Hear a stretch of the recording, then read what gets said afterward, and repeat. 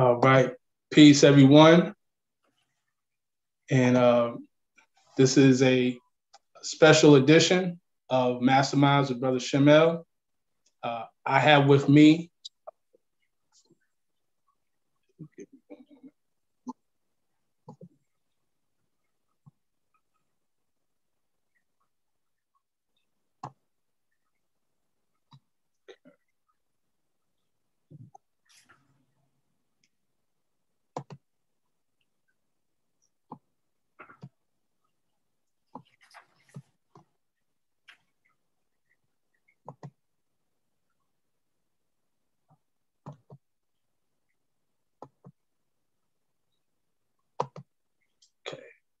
Cool. Sorry about that technical difficulty. All right, so we're good to go. There should be no more echo at this time. Peace, everyone. Special edition of Masterminds with Brother Shem. I have with me a special guest, good brother, known him a long time. This is our second time with this interview. And this time you actually get to not only hear the brother, you get to see the brother. This is a brother who I've learned a lot from, not only from his books, but also just by building with him. Like, he's always a wealth of knowledge. And for those who are not familiar with the brother, check out our first interview that we did pertaining to his first book, not his first book, but his previous book entitled Noble Soul. Excellent book about Prophet Noble Drew Ali. And so we're not going to get too deep into, his background and how he got into Moorish Science, because that's already in the first video that you can check out. But I do want to formally introduce a teacher, a longtime teacher of Moorish Science, the teachings of Prophet Noble Drew Ali at the Moorish Holy Temple of Science in Richmond, Virginia. Also, he's an author, a prolific author. We're going into his third book, which is Eso-Science Wordbook I from the Moorish Holy Koran. We're going to really get into this. Without further ado, I want to introduce to you none other than Brother Eric Mungin Bey. Brother Bey, how are you today? Islam. Islam. First of all, I'd like to give honor to Allah and all divine prophets. I also want to give a shout out to you, Brother Shem, for having me here on the show, you and your family, and praise Allah for you, because this is always needed for different information being presented to the people. And I praise Allah for that. Praise and Allah. Also praise Allah for the viewers that know me. I trust my nephew this time is on here, Ali Mungin Bey, my nephew.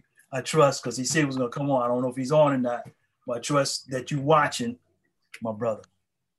Peace. Praise Allah. Peace, peace. Well, we're gonna we definitely got some people on here. We're gonna trust that we put everybody. What I'm doing right now, brother, because I'm working on two screens, I'm trying to multitask, is I'm letting people know about the show. So I'm going into our actual the invite, let people know about that, and then also posting on the YouTube as well. But brother, we were just having a very profound conversation. Every time I get on the phone with you, every time we talk, we're gonna go in. We're not gonna small talk. It's gonna go deep fast. So what I want to do is, for the audience, this particular book that you have here, Eso-Science Wordbook. This is your third book, correct? Correct. Okay. Praise Allah. Praise Allah. And I just want to say, excellent book. Excellent book. We was already talking about it, brother. Absolutely. First, just get right to it. what inspired you to write this particular book? And I have all three of your books. What inspired you to write this book? That inspired me because when I was in the temple, you have to have a understand that you are a pupil or a student. And so we had notes. I mean, not all of us did, but I did. It's like you going to school. So I wrote down notes. I wrote down things and then just kept it with me for years. And then with those notes, the notes been compiled to a point where now I got to study these things, because also there was a teacher school, and in the teacher school is more advanced, more information. So I had that curriculum, and also graduated from the school as well. So with all that information, you have to evolve to a point. And then when you evolve, that means that you are learning something that is needed, not only for you, that also can be benefit for the people that comes after you. And so what inspired me was a lot of information was coming to me, whereas it's not really for me, right? So I took that information and compiled it, because when you study something, for example, like the Bible, they have a metaphysical dictionary for the Bible. Some of them don't use it, some use the regular dictionary. Well, in our Quran, the only way you can probably find out certain things is to go to the regular dictionary, which I explain that in the book, which is called The Dictionary Wars. So I wanted to expound on the sciences that our culture, when I mean by culture, I'm talking about India, I'm talking about our culture in Africa, I'm talking about our culture around the globe. And what happened is that we spoke different languages. Now, even though this was written in English, but there's words that were in conjunction with Sanskrit, Arabic, and so that's kind of hard to go back and forth with. But also I use the language of metaphysics, esoteric. And those particular sciences that I knew, I incorporated into the book, which you see, Eso-Science, which means within. So the whole primary of the book is really the study about you that can help you to advance. That's the point, is to help you to advance. So that's the reason why I've written this particular way, so that you can use this tool to advance. All right. So praise Allah. Praise Allah. Praise Allah. You actually touched in on the second question, but I'm going to ask it anyway. So let me preface it by saying that if you go to the back of the book, I'm going to read it. It says, this extraordinary Eso-Science Wordbook, Volume 1, is a collection of words and phrases for the Moorish Holy Koran. Its contents reveals explanations, definitions, from the front cover to chapter 10. Eso means within, and science is what is known.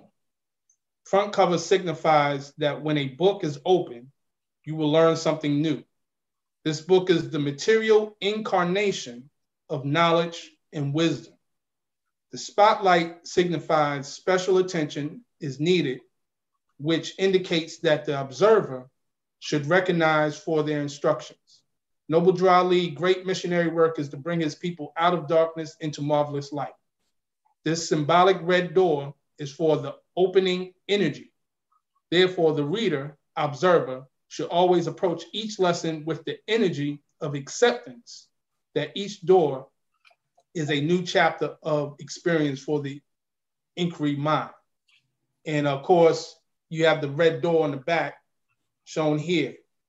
So my question is, in essence, the term Eso-Science, we know you mentioned Eso means within, science is what is known. However, what prompted you to really make it a point to use that term as opposed to some Moors may say, well, this is more science. Why didn't you just say more science, right? Or just science? Why Eso-Science in particular? When you study yourself, you study within, all right? So I didn't want to use in terminology Moorish Science or any other, because my primary focus is within. There's two, and I always said this, there are two aspects as the individual in the process of learning. 99% that I know is outside me, which means that all the books I read and all these other stuff, all videos I went and tapes I heard and all this, I learned outside me. But what supersedes that is the 1%, that 1% that is within you. That 1% supersedes that because the 1% that is with me, I withheld that, which no one knows. See, you keep that to yourself. So everyone has an opportunity to work out that 99% of give information. But be careful with information. Information means that's it's information. People can read, but do they understand what they're reading? That's my point. Lessons have been given, but do they understand the lessons? You see? So when you go through the process, everything was within because you are witnessing it, you are experiencing it yourself. No, there's no one else. Everybody else is a co-star to your own story. You see? So if you take every day the school of life, then you really understand. If you approached it that way, but we're not consciously understanding to approach that way because we in it and we don't know that we actually understand what we into, which I'll get into later. All right. Peace. Peace. Okay, so I'm glad you mentioned about that 1% that precedes everything outside of us, and how with that knowledge of the self, we remain the observer of everything that goes on. That kind of ties into what you mentioned in the back of the book. Right. So I want to speak to the public. I know most of everyone who will be watching this, a great deal of the people who are not watching this, are already familiar with the teachings of Prophet Noble Drew Ali. That said, I know that there will be a number of people who are not familiar from different religions, backgrounds, etc. When we deal with the word Quran, and let me preface this by reading from your book. I always want to go back to the book. And for those who are interested, I did post a link. For those who want to go and purchase the book, go get the book. It's on Amazon. I posted the link there. I want to get into the part where it speaks about the word Quran. And that's on page 13, where it says the power of definition covering. And I'm just going to read the last paragraph.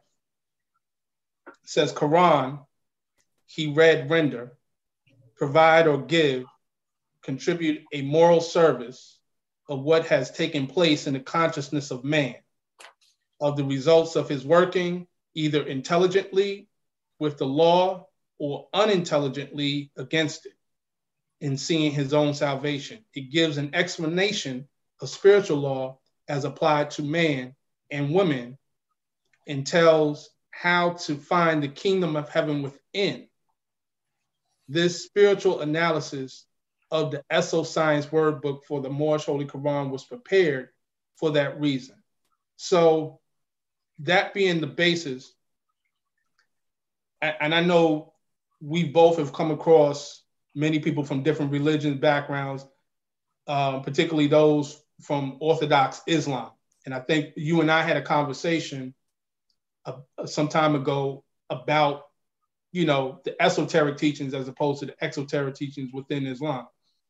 what has been your response to those brothers and sisters who may say, well, brother, you say Moorish Holy Koran, but that's not the Quran. The Quran is from Muhammad, Prophet Muhammad, peace and blessings be upon him. How can you say that? What is your response to that to give them enlightenment? As a student is one who observes. A teacher, one who has the knowledge and basis of all information. But keep in mind, what separates people in regards to many books, sacred books, no one holds authority on any other books. That's just knowledge base. It's just like saying that I own the ownership of a tree or nature. Information there's no ownership of information. That's my point. In regard to what we think that is sacred information or what we think is not sacred information, because we have sacred books. The only thing that we understand is information. What make it sacred is the word sacred, or what make it sacred or holy is the perception of the individual.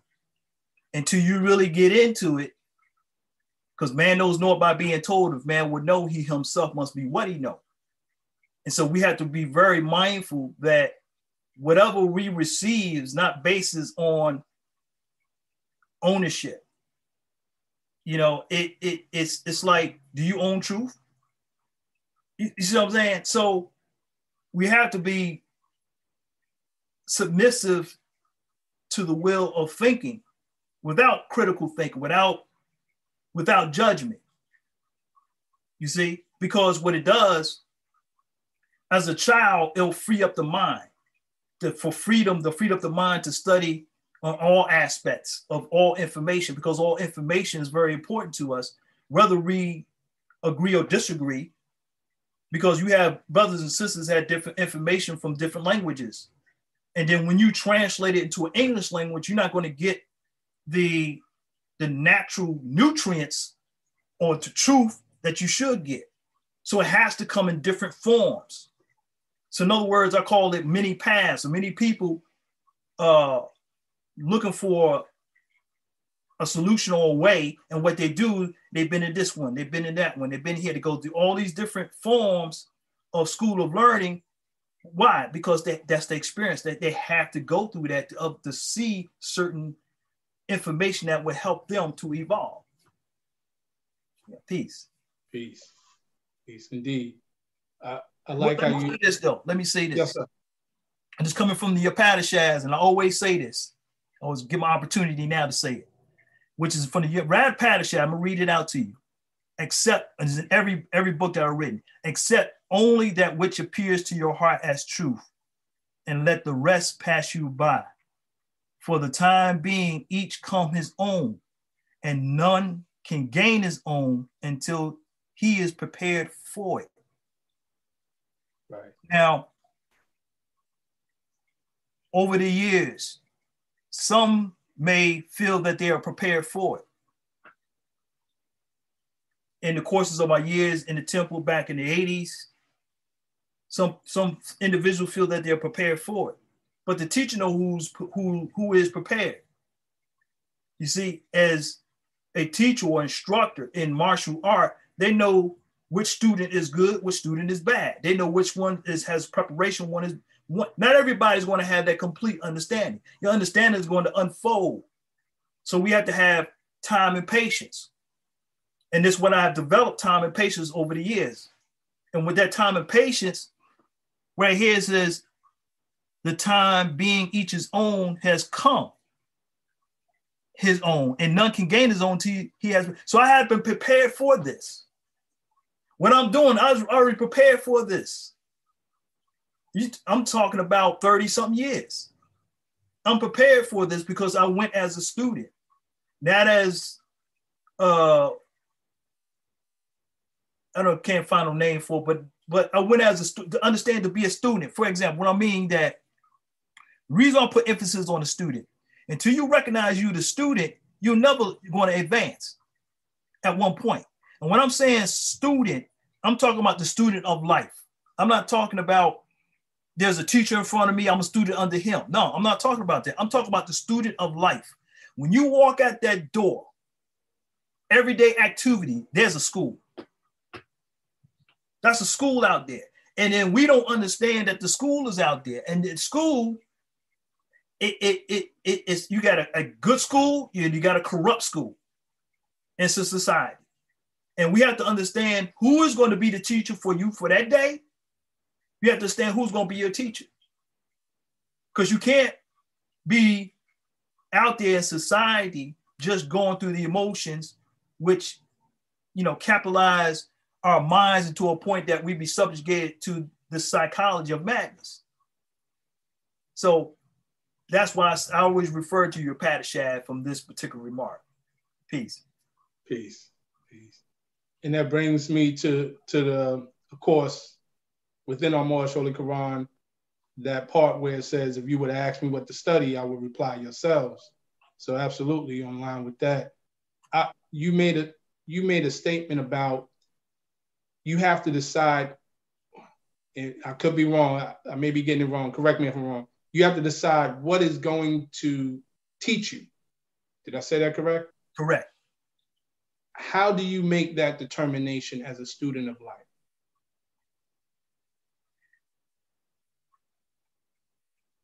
There was a lesson that was given out. Our Grand Sheikh said, you're going to be tested to the very days of your life. If you knew the test, it would not be a test. If you knew he was going to give you the test, it would not be a test. So when that was said, I took that statement and went into society. And every time I come up with a situation, I stop and think. It'll make you think, is this a test? What can I learn from this? So we learn from experiences. I don't take things personally because everything that we go through is an experience. And the best that I can offer is the experience I have. I can't give something out that I have not experienced. I can get something close to the experience, which means that I'm familiar with people who have experienced it, more than one. It has to be more than one because that's one experience for this one, another experience for that one. But if those two collaborate within those experiences that they have, and I can see there's a point to it, then I'm gonna take notice. Because there's something is more than what the eye see. Let me say this, that I don't know if everybody saw the movie Matrix.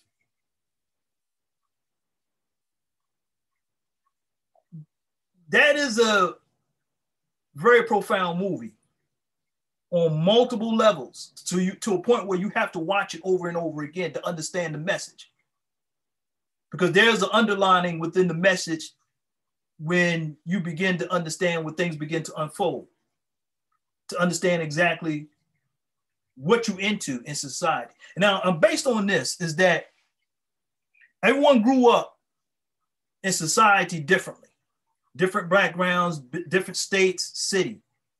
But when I was coming up, there was something about me that's probably different than the norm because, and personally, my mother couldn't have no more children, first of all. And they found out I was born. That's number one. Number two, almost passed away when I was a child. So when my mother told me these two stories, and then now I'm in the temple, I understand that what I'm here for. You see what I'm saying? So we have to look at our lives individually so that we understand exactly what you're here to do, help you to assist other brothers and sisters that in need to evolve from this mad, as Prophet Noble Dra said, mad human drama. Peace. Peace. Peace. That's a perfect segue to something I want to talk about within your book on chapter 6. Because we had that conversation about where you come from. So let me go ahead. I'm going to start on page 67. And I'm going to read the part where it speaks about the day star. But first, before I even do that, brother, I want to read the first 5 verses from chapter 6 in our Moorish Holy Koran. This, of course, is chapter 6, Life and Works of Jesus in India among the Muslims. And it says, a royal prince of India, Ravana in the south, was met at the Jewish feast. Ravana was a man of wealth, and he was just, and with a band of Brahmic priests sought wisdom in the west. When Jesus stood among the Jewish priests and read and spoke, Ravana heard and was amazed. And when he asked who Jesus was, from whence he came, and what he was, Chief Hillel said, we call this the day star from on high, for he has come to bring to men a light of life, to lighten up the way of men and redeem his people of Israel. Now, of course, that is in right line with what you just said earlier. But let me read the part in your book. It gives the breakdown of day star. It says day star, which precedes and accompanies the sun rising. This is the planet of love, which is Venus. Venus can appear up to 47 degrees away from the sun.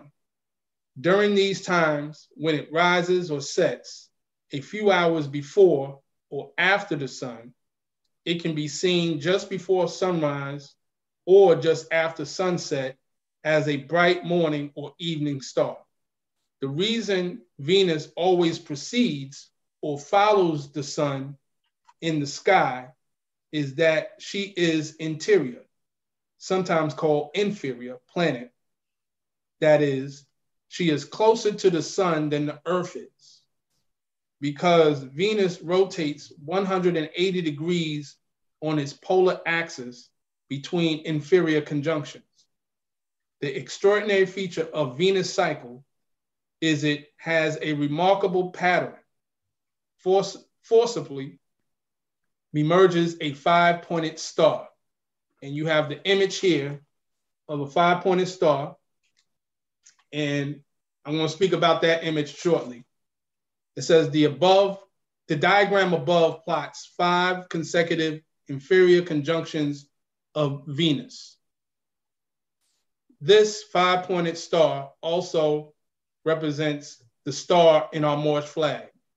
Day star signifies to bring in an absolute sense, a way or gate said to lead somewhere into moral and spiritual light and knowledge, which enlighten the mind. Now, I notice in that diagram, brother, that particular diagram has 5 symbols on each of the points. And those symbols represent astrological signs. And when I was doing my research, it connects with the 5 planets that are visible to the earth, to us. So I want you to elaborate on the significance of the day star as it pertains to Jesus, Venus and all of that, because what it did for me, and I mentioned this to you, it had me read it and look at that section a whole different way. Right. So if you can elaborate, bro. Praise Allah. Praise Allah. The other reason too, in regard to Jesus, is as you take notice, some of the explanations I used Yeshua at some point. See, because of a prophet that comes to a people, he comes to the language of the people. But once the people pick up the language, the original language, then they use it in a different format. Well, in regards to, it took me a while to figure this one out, because when I did some research, actually a lot of things come to me. And it's like, I don't have to do a lot of hard work or research, and a lot of information come to me. It depends on how you approach it. And if you approach it to find out the application of it, when you approach something, to really find out certain things, sometimes you may have to approach it a little bit differently. And when you find out you approach it a little bit differently, then you're going to you have a different outcome. So the connection, because the chapter is life and works of Jesus in India among the Muslims, right? When you read this, and then when it says what you just read, the day star, there are some things that we need to learn and understand from India, right? Now, the science in regarding to information from India, this is the reason why it's in our Quran. Because a lot of brothers and sisters that's not in the temple, that we teach the 18 years that is missing from the Bible. However, there's a lot of information on different parts of the earth. Remember what Prophet said. He talked about in our Quran in regarding to there's so much wisdom to be learned. It'll take you 50 years to find out what I brought you. This is like what? Most over 50 years. We find it, new information going to come out over and over again. So with the diagram, I came across this diagram. I was like, wow, this is interesting because it points out with the flag. But also it goes deeper than that, because if you look at the lost continent of Moor, or the most continent of Moor in the Pacific, you pull up sacred geometry or sacred symbols of Moor, and you're going to see that star. The Dogon tribe, without telescope, saw planetary stars and lining up without the telescope. That's why it says deeper than, we're deeper than what we actually think who we are. And the prophet's teachings to bring the essence of us out of us so we can be our real selves. The question is, the prophet said, teaching them to be themselves, right? Right. You're not fully yourselves. Nationality is just a part of it, but you're not fully intake of who you really are. Nationality was just the hook, line, and sinker to hook you in. And see, now, once you invest your time into studying who you really are, then you get the outcome of finding out who you really are. So the 5 points: love, truth, peace, freedom, and justice. The 5 fundamental principles. The doctrines of this organization is based upon those 5 fundamental principles. Now, this interesting point that you brought out about the planets, because I didn't really get into in detail with each part of the star with the planetary. That's a whole different subject. And that will lead to, like I mentioned before in the last interview, that will lead to astrology. And that's something really, I'm not really known as an astrologer and all that. It's just certain aspects to it. But now I see that I'm going to have to take time to get into that planetary with those stars and the points. But going back to the 5 fundamental principles and the points is to understand love is more deeper than we actually understand. The 5 fundamental principles is more than what we can understand. That's just the surface.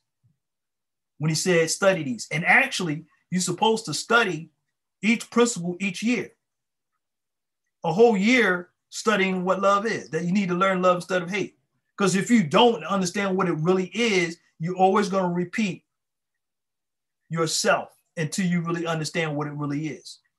So what you just read, the day star signifies to bring an absolute sense or way or gate to lead somewhere into a moral and spiritual light. When you walk out that door and you look up and you see that day, that should be on your mind right there. He's bringing you, you see the light. And you have to have a moral and spiritual light and knowledge which enlighten the mind.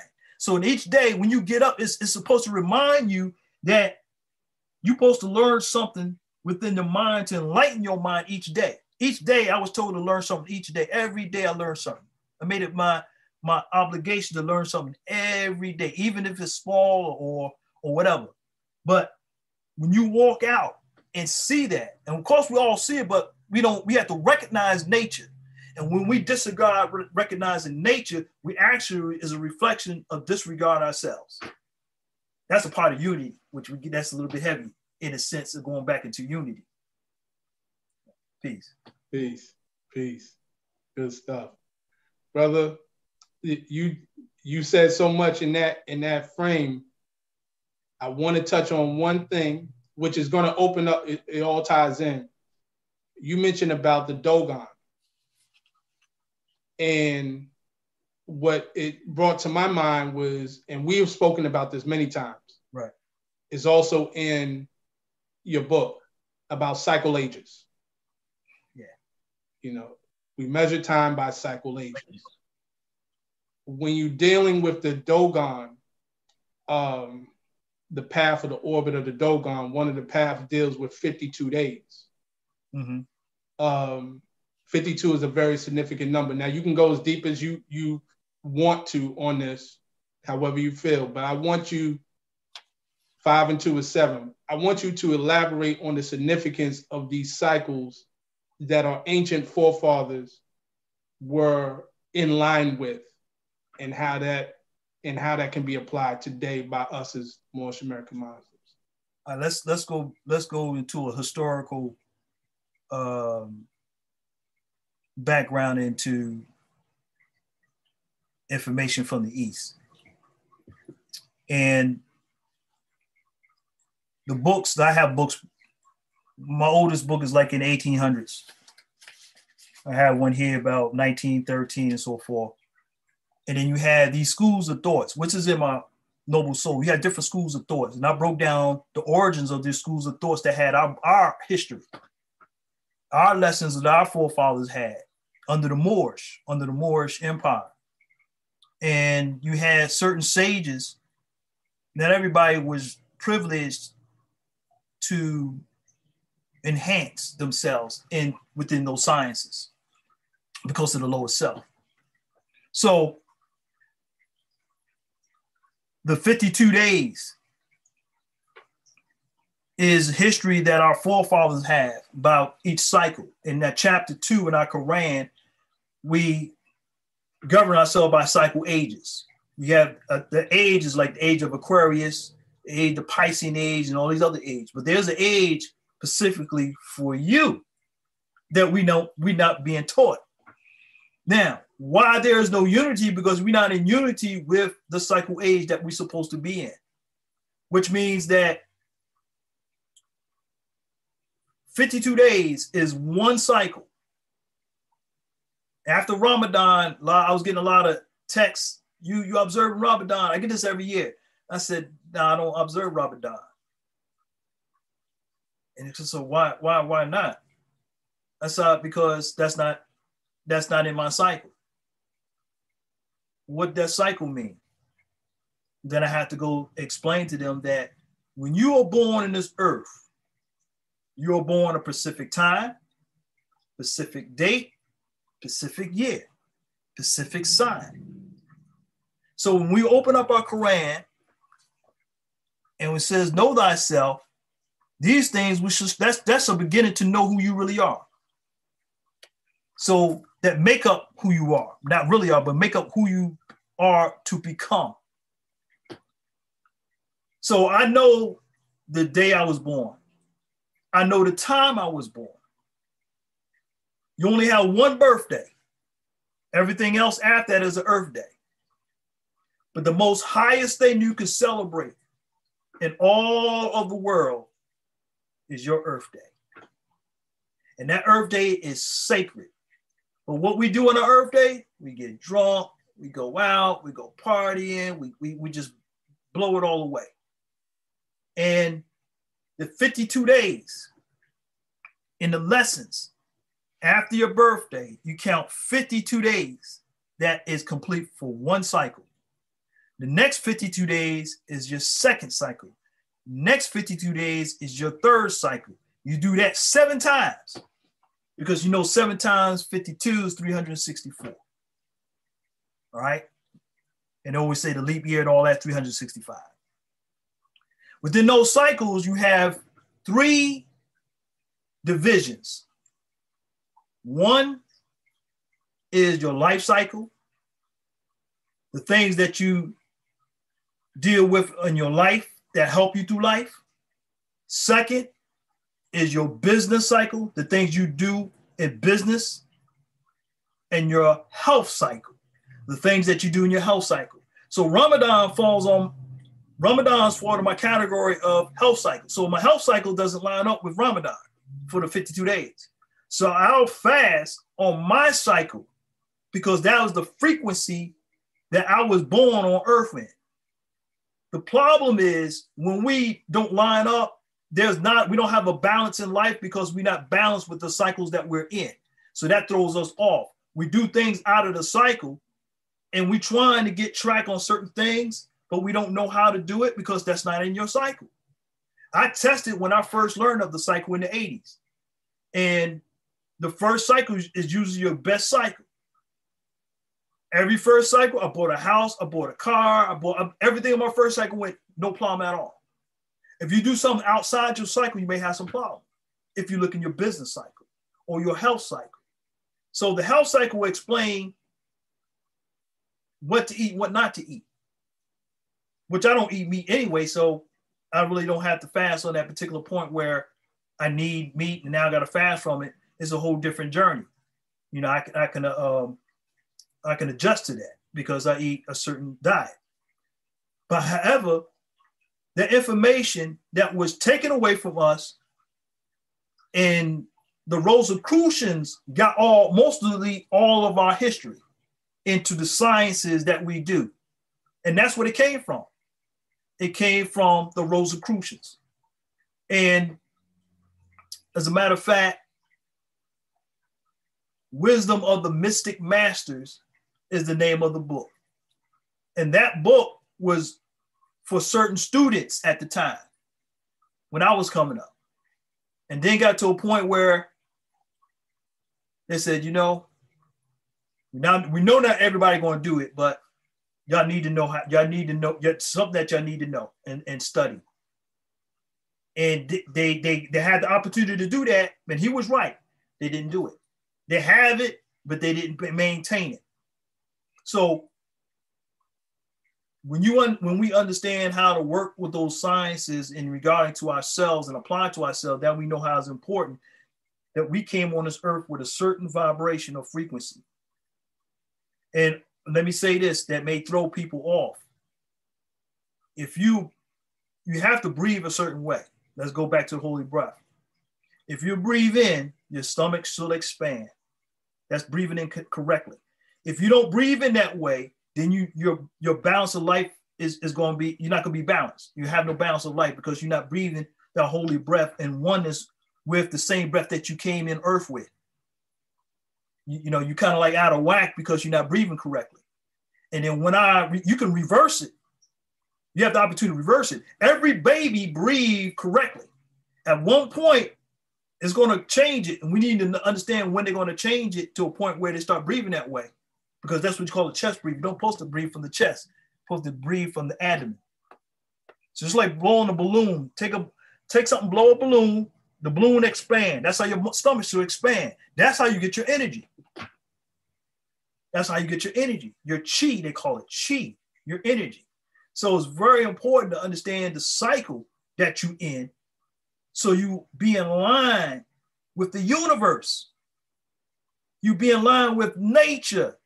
Your natural resources is within you. The only way to get out your natural resources, you have to understand what you are, who you are. Peace. Peace. Brothers and sisters, that was a masterclass right there. If y'all didn't catch that, I'm just telling y'all right now. Play this back. Y'all should have took notes. Brother Eric Mungin Bey, I told people they're going to have to take notes when you're going to get on here. So I just want to let you know, I hope everybody's taking notes. You gave some wonderful jewels. Also, I thank you for going in as deep as you went. You didn't have to do that, but praise Allah. Honest for you for doing that. You even gave a reference, Wisdom of Mystic Masters, right, which you put me on to. Praise Allah. And it has worked well for me. So praise Allah. Speaking of the Rosicrucians, for those who don't know, when you look at the history of the Rosicrucians, of course, it ties back to the Moors, with the founder learning it in Morocco, Fez, etc. So it is Moorish science. Know that for a fact. I want to dive back into the book and get into the aspect of what you speak about. One of the things I want to say, brother, is that you mentioned about the works in India, the Indian writings and things. And one of the things I love about this book is that you took the time to actually break down a lot of the Indian names, mm-hmm, and the terms, the names of the people, the places, and things of that nature. And I think that was very important because a lot of times in a temple meeting, we will read these and it's almost like we gloss over it because we don't really know, or the average person doesn't really know what that word connects to. We know name's a person, but what does the name mean? right. And what is the history behind the name? So you actually took the time to do that, which I think was a great thing. In the page 93, you speak about the universal laws, the 7 universal laws. And you mentioned how 3 are absolute, the other 4 are mutable. So one of the things I'm reading, people who see it can read it, but I've automatically drew back to the Kabbalion in my earlier studies, with the 7 Hermetic principles, etc. What would you say in terms of the connection? Because we know that this science is ours and it's in these different books. And like you said, no one has a monopoly on truth. Right. What would you say for those who are studying in terms of these universal laws and the Kabbalion, how it connects with the Moorish Holy Koran and how that's a useful tool to apply and not discard it? What would you say to that? In some of the Hermetic laws, in my book, you see it in the Quran. I'm not going to give it all away, but there are certain chapters where in the book, you'll see it, like vibration. I don't want to give it all out, but vibration, you can find that in the Quran. Absolutely. You find polarity in the Quran. You can find rhythm in the Quran. You find cause and effect. To give you the information, I give you one. Chapter 2. Law governs all events, for example. So which one of these that it ties in with? Law governs all events. So there are no happenings, law goes all events. So they're in the Quran and the literature. And it's important to understand because life itself has certain rules and laws. And we've been misrepresented in a whole different format of what really laws are. The mind have a way to take off in a different direction. And it's the mind can very easily to manipulate. We're not strong as we think that we are, because there are certain things out there of an item is more stronger than your thought. I give you an example. one of my teachers used to teach about this. He said, you know, big as you are, he was talking about a brother. He said, big as you are in general, not particular anyone, but he said in particular, like in a way that most of our people smoke a cigarette. And he'll say, big as you are, and you got more sense than a cigarette, but you know the cigarette is going to kill you. You know, so he exposed the weakness of man. We don't want to talk about it. The very thing that you don't want to talk about is the very thing that you need to study. That's coming from the process of studying yourself. The very weakness, the thing that you have, is the very thing that you need to study about. And then you find how strong you are. Because the weakest part of you are the strongest part. But you're so weak you can't understand the connection. So everything vibrates. Everything. We think vibration, you got to see it. Everything vibrates to a certain frequency, just like frequencies. You know, there are certain frequencies of certain megahertz, right? I don't know if everybody's familiar with, but I'm gonna bring this out. We're all four elements. Four elements is the makeup of us. One of the elements is water. Water carries memory, right? By water carrying memory, and you know the system, and I call it the system. The system knows the weakness of man, so he put things out there to disrupt our system that we have in the body and put certain frequencies in the body to disrupt the flow, our flow. Then we become unbalanced. We become more weaker than we actually were weak before. So I give you a clue about how music affects us, because what makes us move is the water, the body of water, the body movement of water. So the reason why we move that way, because the body of the water moves. Now, we don't know what we move into. Not everybody moves to the same beat. I'm a drummer. You dance to my beat, but I can alter the beat. If I alter the beat, it'll change your way of dancing, and then it will throw you off balance intentionally. It's a lot of different sciences in that, how music can put you out of whack, and music that can align you with. Now, I'm gonna give you a very good personal thing that I do. If you go on your phone and you pick up megahertz for body frequencies that help your DNA, help your chakras, play that before you go to rest. Play that before you go to rest. Now, the reason why I said that, I've been doing it for the last couple of months.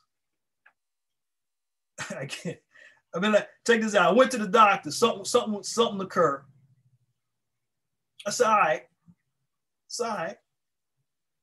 I stopped playing that. I had to go back to the doctor. You made a tremendous recovery. You made wow. What did you do? I didn't tell him what I did.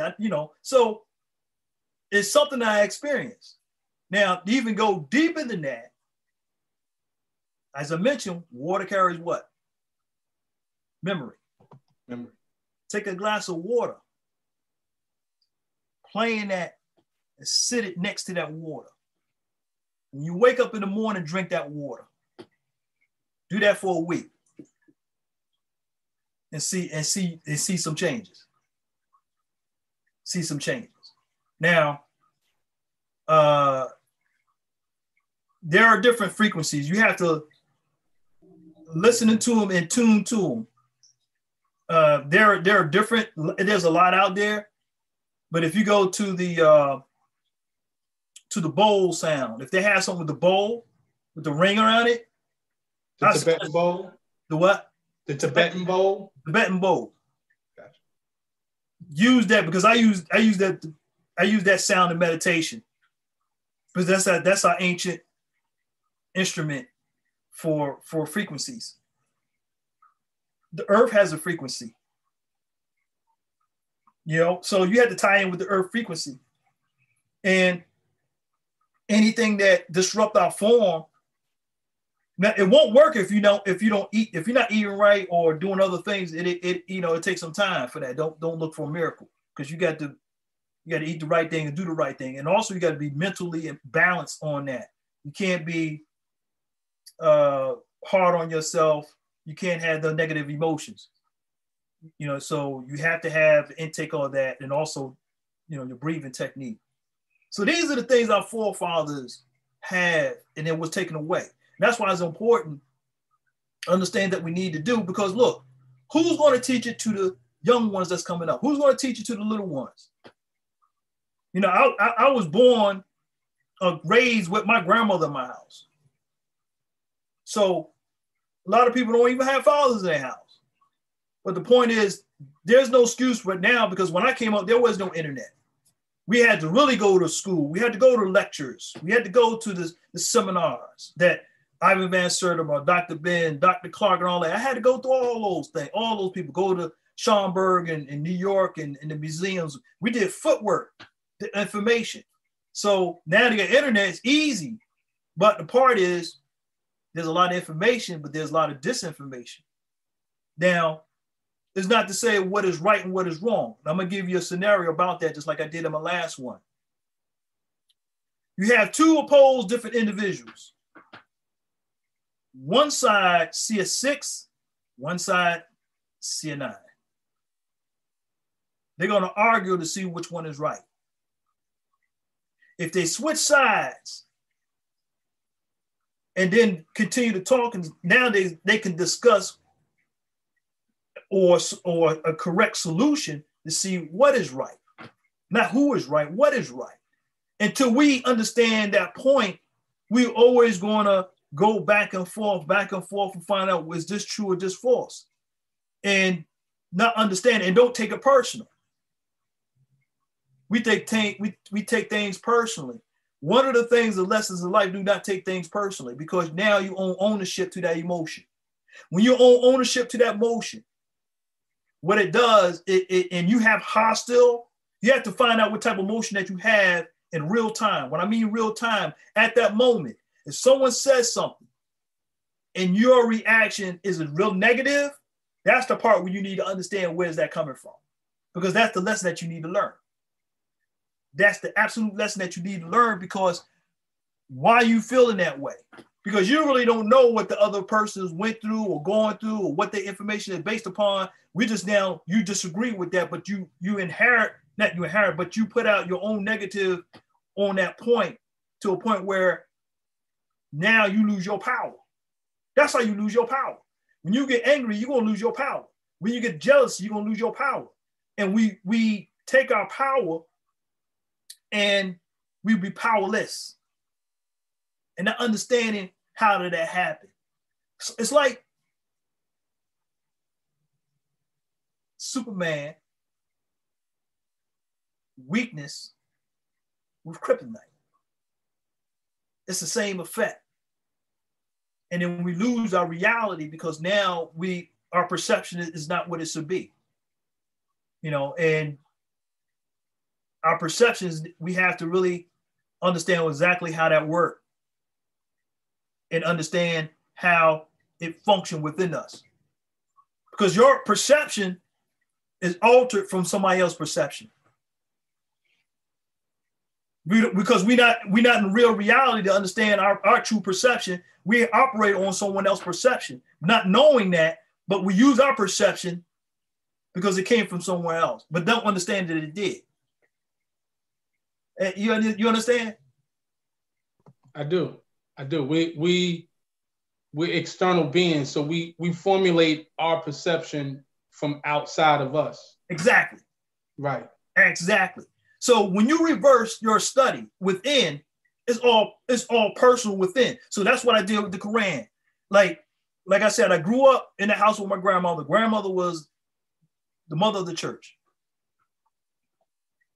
And my father was a Muslim. My father was in the temple. My uncle was in the temple. So as a child, I was like, whoa, what's going on? What's going on?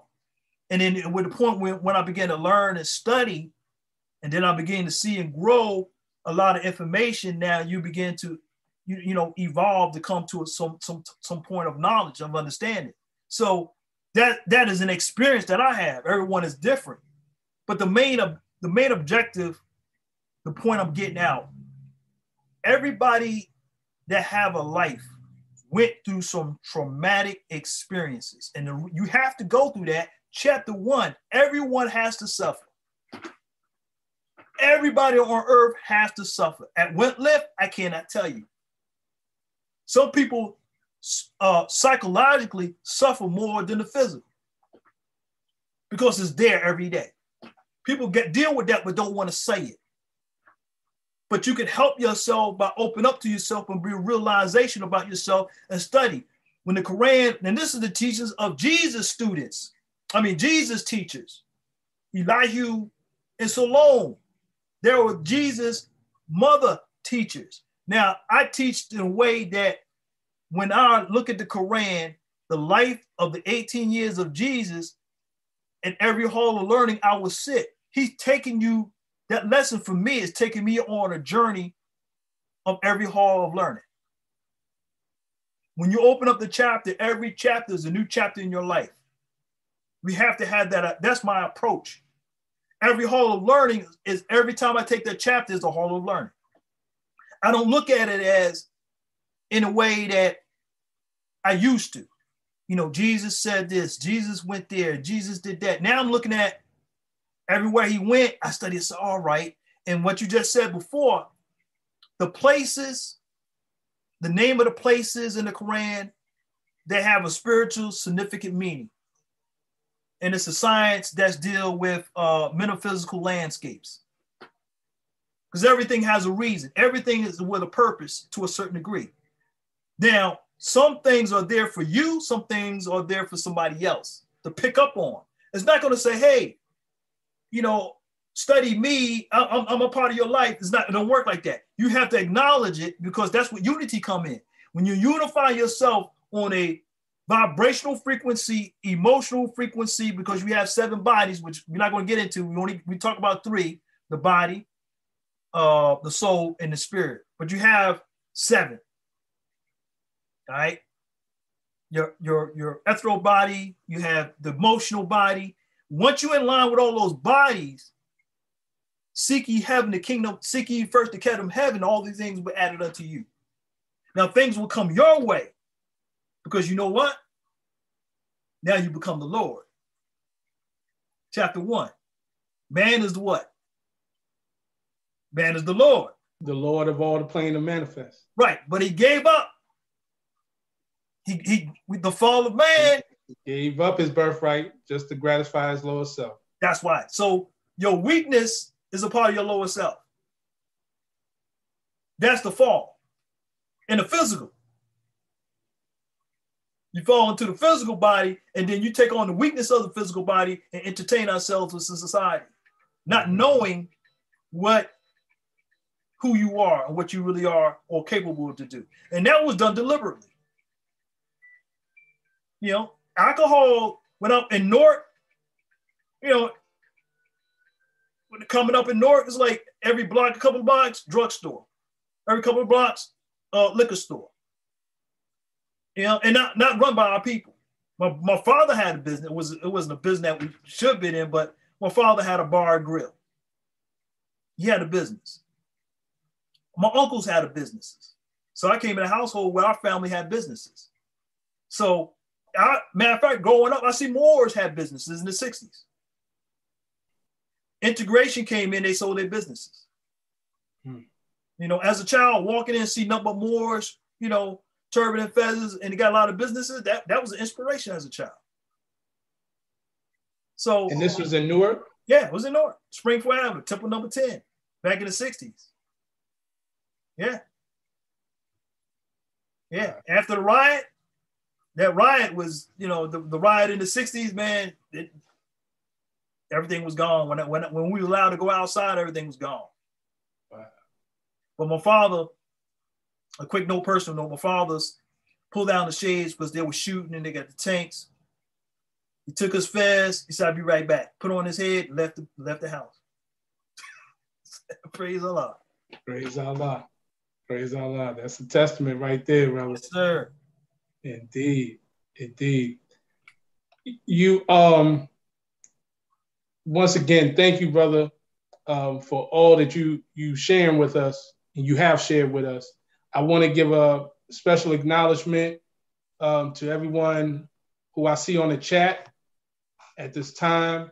Brother Razbay Sheikh, Islam, brother. Brother Frank Padron, Islam Frank from Hollywood, Florida, Islam, brother. Wow. Royal son Alindi Ill, that's brother Kerry Alindi Ill, Islam. Oh. That's great teachings and interview. Honors to you, brothers. And we have the millionaire Sheikh. I know that's Sheikh Nasir Ma'at Ill, Islam family, Islam. More.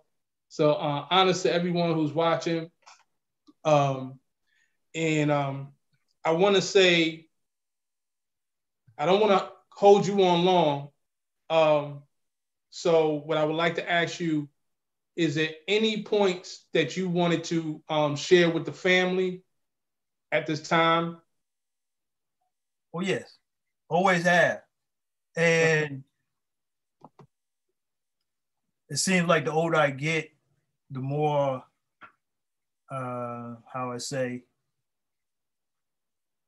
inspiration. Because I know it's not for me, it's for the next generation. But on my next book, I'm writing 2 books at the same time. So of the Eso-Science Wordbook II. The reason why it's going to take some time, because, you know, following chapter 10 is chapter 11. Chapter 11 is deep. And I'm trying to present it in a way, it's going to take you a little bit out there in a sense. And I'm fine with that because that's what it was taught to me. And then now I see that, oh, wow, it is. Yeah, wow. So go back to Quran for a moment. I'm going to read to you what you just said. I said about the Quran. Yes, sir. You know, you have a K, you have a Q. Mm-hmm. All right. The you know, we make our own debates. Our old school, we don't debate. We sit, if we have a misunderstanding within communication, what is right and what is wrong, I just explained that. We just reverse roles to find out what is the truth. That's all I'm here for, find out what's the truth. I'm not saying that I'm right, I'm not saying I'm wrong. I'm just expressing what I know, what I was taught, and so forth and so on. What I do is I observe, and based on what information I give, I observe, sitting back and observing with longevity. I'm not saying that, hey, I've been a lot of brothers and sisters may say, I've been in the temple 50 years. You know, I've been in the temple in an early age, and there are those that have been in the temple longer than I have, but it's the spirit of what you have in you that determines how old you really are. All right. So I'm gonna read to you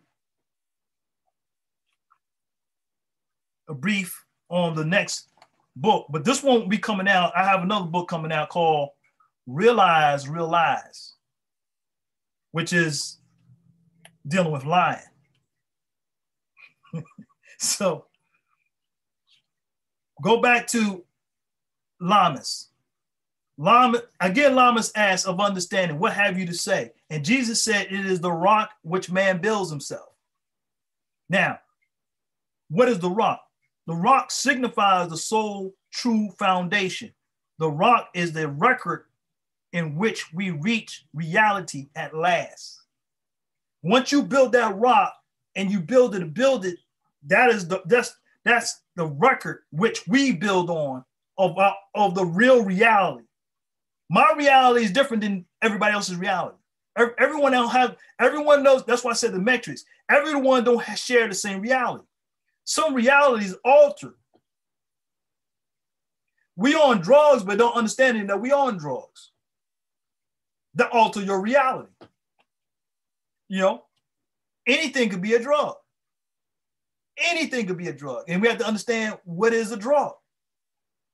So, the Eso-Science Wordbook II from the Moorish Holy Koran was submitted to you with information that will provide you to study more in depth. All right, Yeshua, Jesus, life, works, and teachings in the Moorish Holy Koran was to get you to open your mind, which signifies disclosed knowledge. This statement by these lessons simply suggests that once you fully commit to building your understanding, you will see that the philosophical meaning of these words were instrumental to the aid to your evolution. Focus on the lessons in which all persons, places, and things that are acted upon in your Holy Koran. Let's stop that there. You have to focus. The things that you don't focus on, you bypass it. That's why I put it in the book about these places. You're going to bypass it. And my point was, wait a minute, what's that place in the Quran that what that signifies is where's the crossroads? What you have to understand what the symbolic meaning of what it means. So even the feast. Every time you turn around, we having a feast. You gotta understand what feast is. It's in the book. All right, the Holy Quran. The K. I didn't say the Q, right? The Prophet brought the K, right? He spelled with a K. All right, let's look at that for a moment. The K is a symbol. In numerology, K's signifies the 11th symbol of the alphabet. 11 is a master number in numerology. Numerology will go from 1 through 9, and then it's 11, 22, 33, 44. The double ones are master numbers. So the Quran was masterfully written in a way you're not going to get it until you understand, until you open up. Let me say understand, until you open up to your understanding. That means limitations are off. You're not going to limit me for this particular answer or this particular understanding. I'm going to reach more than that. What can I find? That's when the will comes in. That's when you put your will into it. All right. So 11 means the psychic master. For the nature of 11 to dwell into the mysteries of life. It is the number of light. Light means consciousness. And the Bible says, when he said, like God said, let there be light. All right. What is he referring to? Was he referring to the sun? Let there be light. No. He was referring to let there be consciousness. Light is the chapter 2. Yeshua who brought the light. Light represent knowledge to the world, but he brought a light unto like any other light because there became the mysteries. Just look at the K. The K, if you look at a K, a capital K, all right, it's representing the opposite in nature. That's what the K does. K is divine love and human love. Divine love and human love. We know what human love is. We have no idea what divine love. If you understand what divine love, then you're on that frequency. So, for example, I wrote something a long time ago and I put it down. My thoughts come out and I wrote this down in 2014 at 10:54 p.m. This is what came to me. Let love be the fragrance of your aura, so that one will absorb the pure essence of you. And I wrote it down. So I kept it ever since. But since that was on the subject of love, we haven't really experienced love, divine love. Human love is different. Once again, Venus is the governing planet of love that rules it. The upper part of K have two parts. Actually, there are two V's, if you look at it. The upper part of K, meaning the reach upward for the light and be receptive to the highest awareness of intuition. That's one of the signs that was taken away from us, intuition, which is telepathy. We saying, oh man, that's a coincidence, man. I just thought of you, man. Get ready to call you. That ain't no coincidence. That's intuition. We don't put it to use. They hacked into our system by creating telephones, cell phones, where our forefathers communicated. I got a thought, I sent it out. All right, I got your thought, pick that up. We do it all the time. We don't acknowledge it. We don't enhance it. So if you get the book, Wisdom of Mr. Masters, it's going to give you some lessons of how to train your mind to be more receptive to it, which was good for your spiritual health. Now, the lower part of K suggests that your feet are firmly placed on the ground, indicating material influences. So the K is up and down with the V. Is a V up and down of the K. So that was the opening remarks in interview in my book of the next one. But like I said, I'm also going to go and talk about Sanskrit and Arabic. I'm going to give you the symbol of the similarity. Om is a sacred sound. Allah is a sacred sound. It's a mantra sound or frequencies. So, for example, if somebody hit the elbow, what are they gonna say? Everybody say it. Ow. All right. That automatically come out of you. That's a sacred sound. You know. So, I'm gonna read you one more because I'll talk about the language of the Quran, which is basically, for my teachings, Sanskrit and Arabic. I'm not fluent in Arabic and not fluent in Sanskrit, but I'm more in tune with Sanskrit for some reason. And because I was going to do this Eso-Science Wordbook, but check this out. As an adept, I can do an Eso-Science Adept book, but which I wouldn't do in Sanskrit. But I dropped a little bit in the book, in a sense. I drop a little bit in the book, and then the next one it will be in the next one a little bit in there, Sanskrit and Arabic, because I start off with that. Now, I don't know if you see the symbol. Hopefully you can see the symbol. Yeah, I see it. You've seen that before, right? Yeah. All right. So, and Pali was another language, was equivalent to Sanskrit at the time. Most of the writings of Buddha's teachings and so forth was in Pali or Sanskrit, but they were probably the oldest. So I go into that. I kind of want to cipher, I'll put this out, the cipher things. The books in the Quran, these are the books that you need to get. He's telling you what to get, the books that you need to get in the Quran, in chapter 11. The Rig Veda, the Samveda, all these, the books by Gautama, the Avesta, the Vedas. I have like the Upanishad. Those are the lessons that you need to have. That's why you put it in the book. Mm-hmm. Until you understand and read those things, then you can't line everything up with what he's trying to teach you. You know, the knowledge of it. So because once Jesus,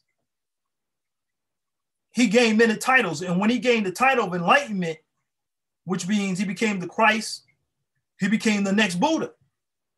talking about the Quran. Once he went to that light, became the next Buddha because the light went on. The light went. So you can become who you really are if you take the time to study it. But we are misguided by society. And one of the things that, let me go back to something, the workshop of the mind, the tools.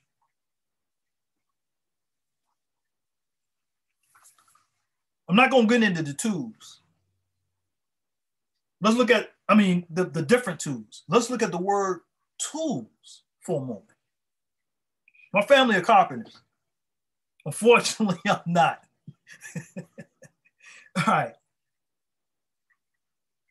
I'm going to start off with the one symbol of the tool. It starts off with the capital what? T. T is 10th in the Hebrew language. It's number 9 in the Hebrew language letter. It's number 20 in numerology. But the T represents the serpent. The serpent represents wisdom, which represent the Kundalini force. When you see the T. T, if you look at it, the T has a rooftop. That's protection that wisdom gives. 9, complete its exam and acquire wisdom from all that has been learned. The wisdom we gain is the protection to use as a roof, protects us from the elements. The T has a horizontal bar that is the roof of the letter representing that protection. All right, so if you go to this particular tools in TOOLS tools, I've written down, it's not in the book. This is something I was doing for student purposes. But if you go down in the book and these symbols represent something which says tools, and you get a whole different uptake.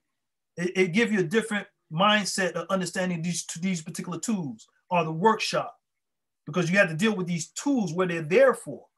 And so when we understand that and use these particular tools that govern. Now, the tools in regard to the Quran, and it talks the 12-step ladder, 12-step ladder is in chapter 23.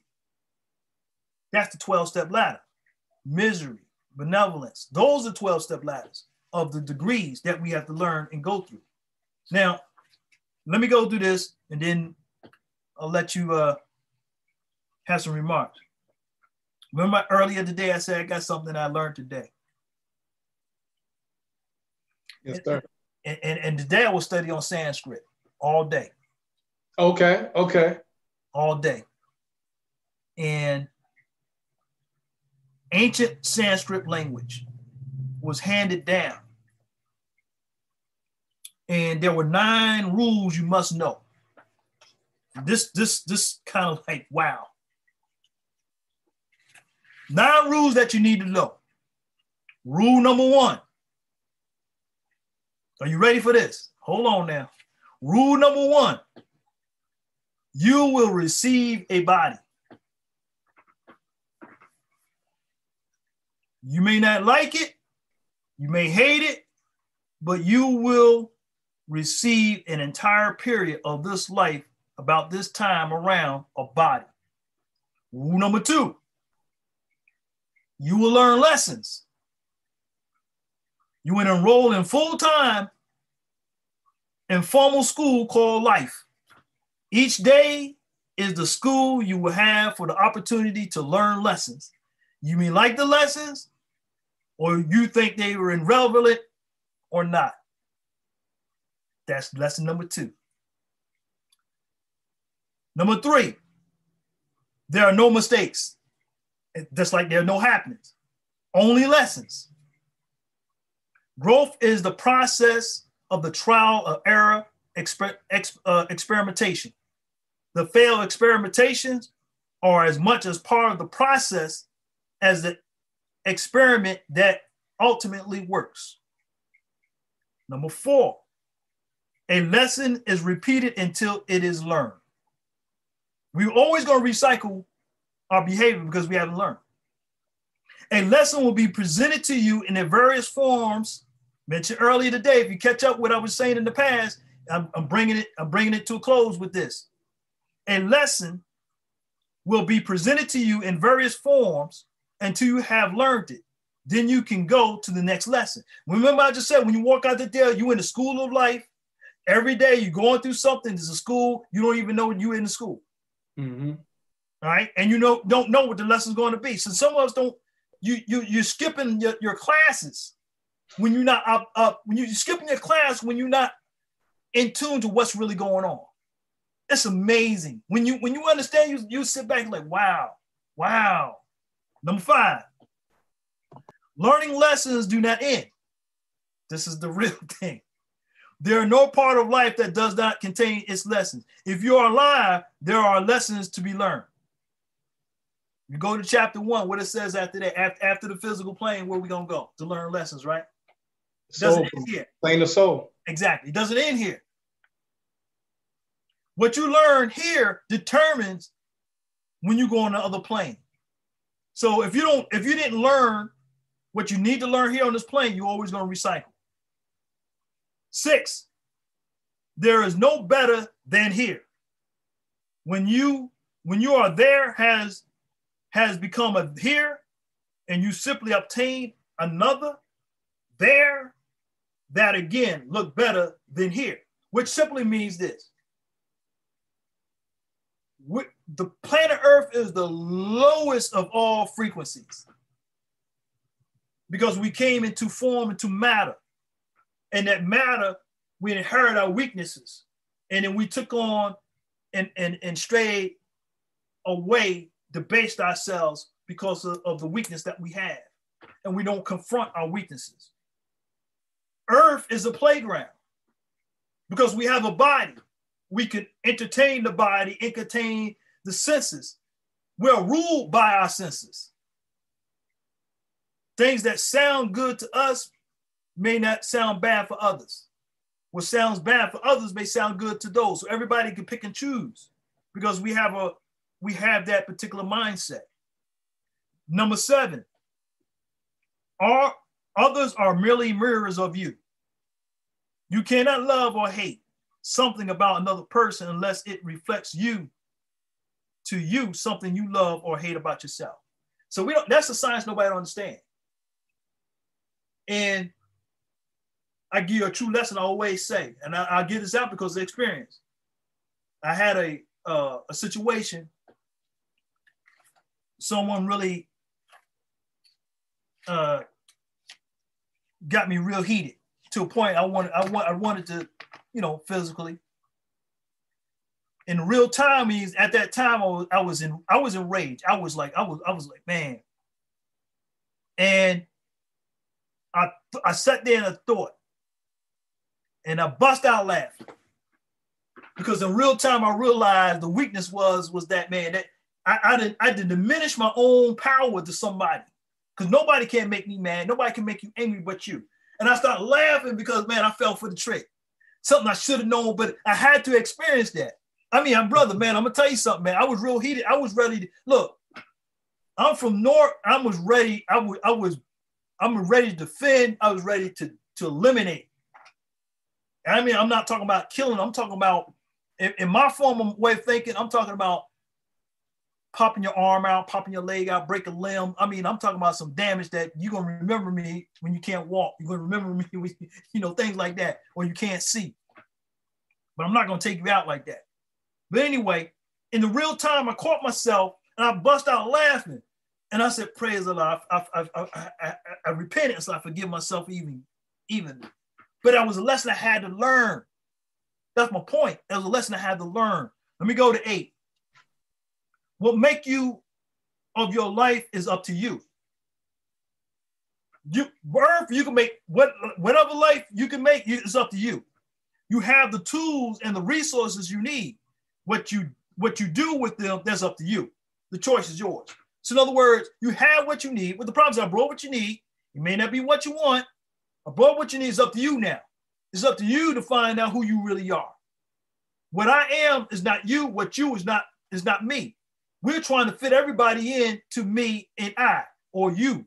It's not like that. The Quran, each part of the Quran is helping you distinctively for you personally when you really understand that. Number 9, the last one. This is the one. The answers lie inside you. The answers to life questions lies inside you. All you need to do is look, which means observe, listen, and trust the information. That goes back to our teachings. Now, to sum that up, this is what got me today. After I learned to study all this today, because I did a little bit more, we talk about like the ministry of death. I did something on that. But if you understand what you were, you will understand who you can become.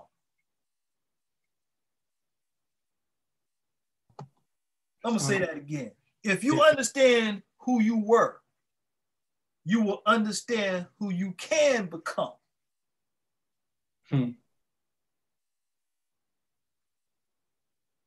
That's something you had to marinate on. You really do. You don't know who you really are. True. Prophet told you and give you information to get to that point. Right there in the front of the Quran, to the highest plane of life. You don't know who you were in the other planes. That's right. When you come here, your memory's wiped out because you can't take it. Masterminds can trace themselves. That's what we talk about in the Quran. Masterminds can trace themselves back. But you're not a mastermind. Right. So we're trying to figure out really who you are. Beyond the flesh. Because it doesn't stop here. Exactly.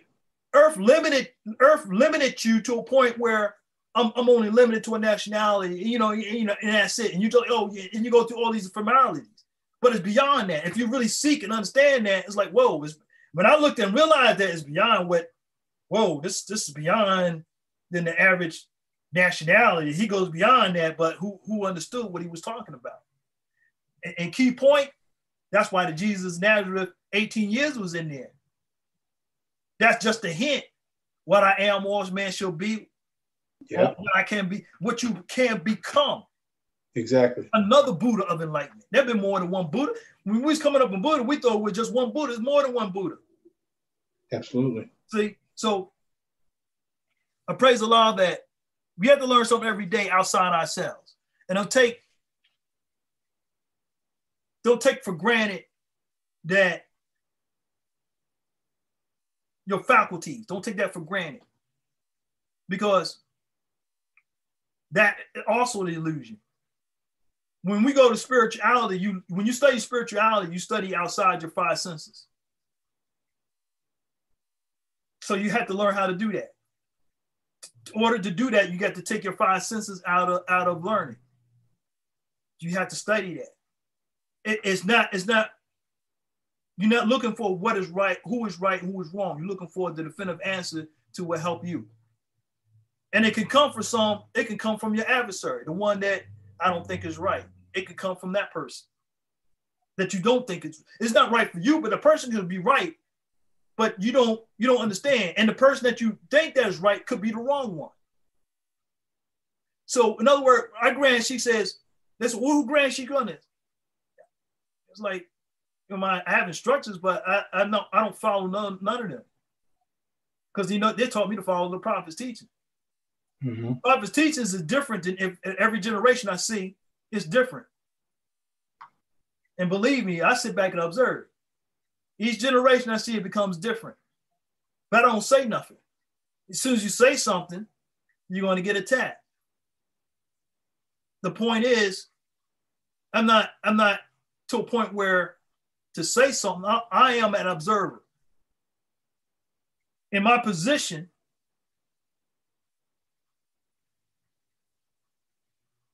a part of an adeptship is a silent brotherhood. Silent brotherhood goes deeper than you actually may think. I have a whole lesson. I create a whole lesson on that. Because when it says silence is golden, that you understand why it's called a silent brotherhood. Matter of fact, one of the monks, one of the lessons they have, you have different chambers. If you like kung fu movies, I have a lot. I got a collection like 80. So the 36th chamber. I don't know if you've seen that movie, 36th Chamber, right? You see that movie? The 36th. Yes. Yes.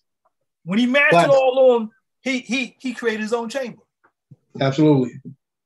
All right. Yep. In the different planetories, the different dimensions, Buddha transcend to a dimension, then he has his own, in other words, he has his own chamber. If you reach that height to your higher self. All the master sages, the divine prophets, that's real high in a vibrational frequency. When they're on those higher dimensions, they create another dimension. Just like the chamber. That's why I brought that out. So the 26th Buddha of Enlightenment, you have different Buddhas. One movie, I'm gonna get a movie out. Little Buddha. Watch a movie called Little Buddha. If you haven't, watch a movie called Little Buddha. It's going to talk about reincarnation, but it's going to talk about the masculine and the feminine. You gotta watch it more than one time. There's multiple lessons in that movie. Multiple lessons in that movie. So praise Allah for, like I said, I just gave you what I kind of was studying today. Praise Allah. Praise Allah. Praise Allah. For the gratitude. Definitely. I want to, before I get in and do some final remarks, I want to just go in and just read, because the chat was getting busy while you was dropping them jewels. We got Magneto TV. Says, let me see, it says Islam Moor, electromagnetic reverse pragmatism, pure plasma energy. I guess he was building on while you was going in. They have Ashley Davis, Islam Moor, Laos Bay from another. Oh, okay, this is Laos Bay. Okay, Islam Moor. Definitely, and we have Richmond, Virginia. Definitely in the house from Magneto TV, as well as Keith Chambers. Co-worker. Co-worker. Islam, praise Allah. And my wife, Kinky Curly Straight Talk, she's on Islam. She gives up Islam. So everybody's enjoying it. You definitely gave us a wealth of knowledge. And I'm so appreciative of your time, because honestly, I can give you 50 more questions just over what you said, but I want to take your time. Look, you never know. And I have to say this because it is reality. We got to face reality. We don't know how long we're going to live. We got to face the fact. We don't want to talk about it, but you could be here today, going tomorrow. People will talk about, man, I just saw him yesterday. He just was. So time is irrelevant. There's no time. Indeed, you are right. You are right. For me. You right. Personally, for me, there's no time. You right. Because time is well spent, because time is needed. Right. Absolutely. Absolutely. With that said, let me ask you this question, brother. All right. And I'm going based on my experience, because I've heard this asked of me multiple times. When we speak about the study of self, as this whole conversation has truly been about the various aspects of studying self, people will say, well, that sounds easy.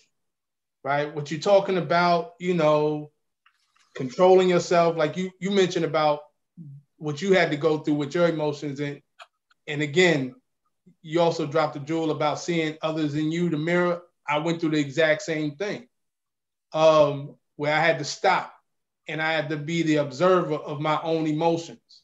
Right. You feel what I'm saying? But we study those lessons. So there's people who be like, you make it sound so easy. You make it look so easy. You always calm. But I can't, or anything dealing with a discipline. For that type of person, what would be your advice as far as the first steps to take to get there? Study martial arts. Praise Allah. I study Tai Chi. Yang, under the Yang Foundation. Yang Chung Fu, who was born 1903, passed away 1994. Interesting story, but I'm from that family tree. My teacher is Linda Karim, who was married to Benjamin Karim. Benjamin Karim was the secretary for Malcolm X. I studied under her for 5 years. Tai Chi, reason I recommend Tai Chi is because it gives you discipline just as well as other martial art. But I refer to Tai Chi because it deals with the elements. It deals with the fire, the earth, the water, the air, the energy. You implicate yoga with that. So that would discipline you. You have to discipline your mind because we in a society is not disciplined. We in a society that of competition, whether personal or impersonal. I like the Dallas Cowboys. I like the Redskins. And then you have a competition with people who don't play the game, but people who are fans to the game. So we're in a society of competition.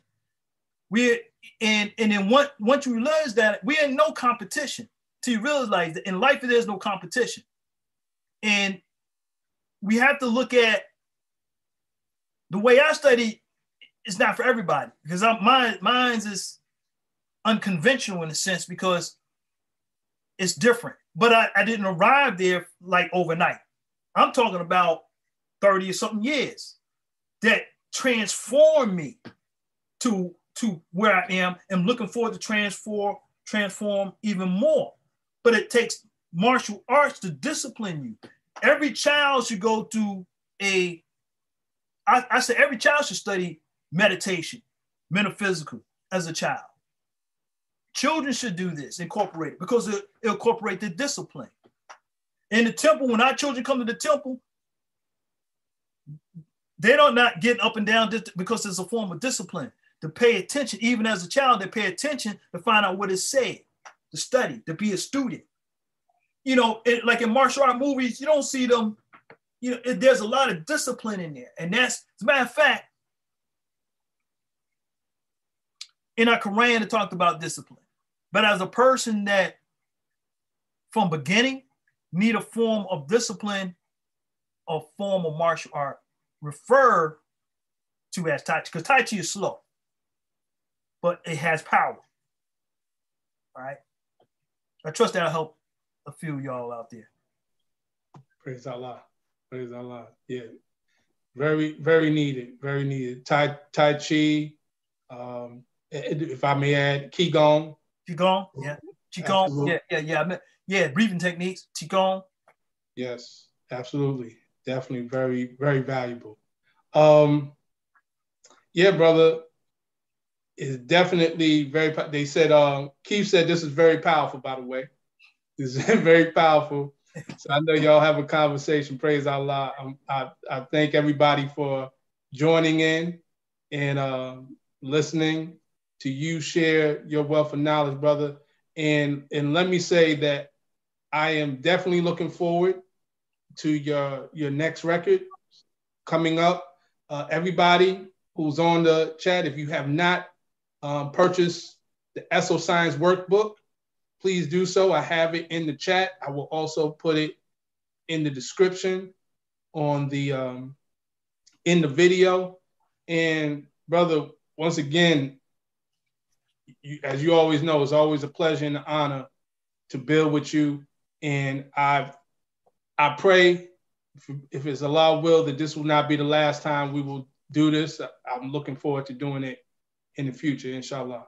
Inshallah, praise Allah. Always look forward to give information out since the doors of the cabinet are open. And sometimes that we have to realize there's a lot of information that's really, all this is not mine. That's why I said truth or information is free. Is what determines truth is up to you. What determines your understanding is up to you. And that's why I read your part of your Padishad. Until we understand that. And let me go to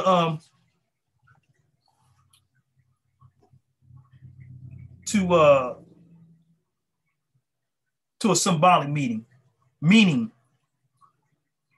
And go back to the fall of man. Okay. Because the reason why the weakness in us will say is I can't. When I had the students, the children, I teach Sunday school for the children, and now they all grown with the college. I said, well, I wrote on the board, these words, we don't say these words, I can't. I said, that's not in our vocabulary in this class. I can't. All right.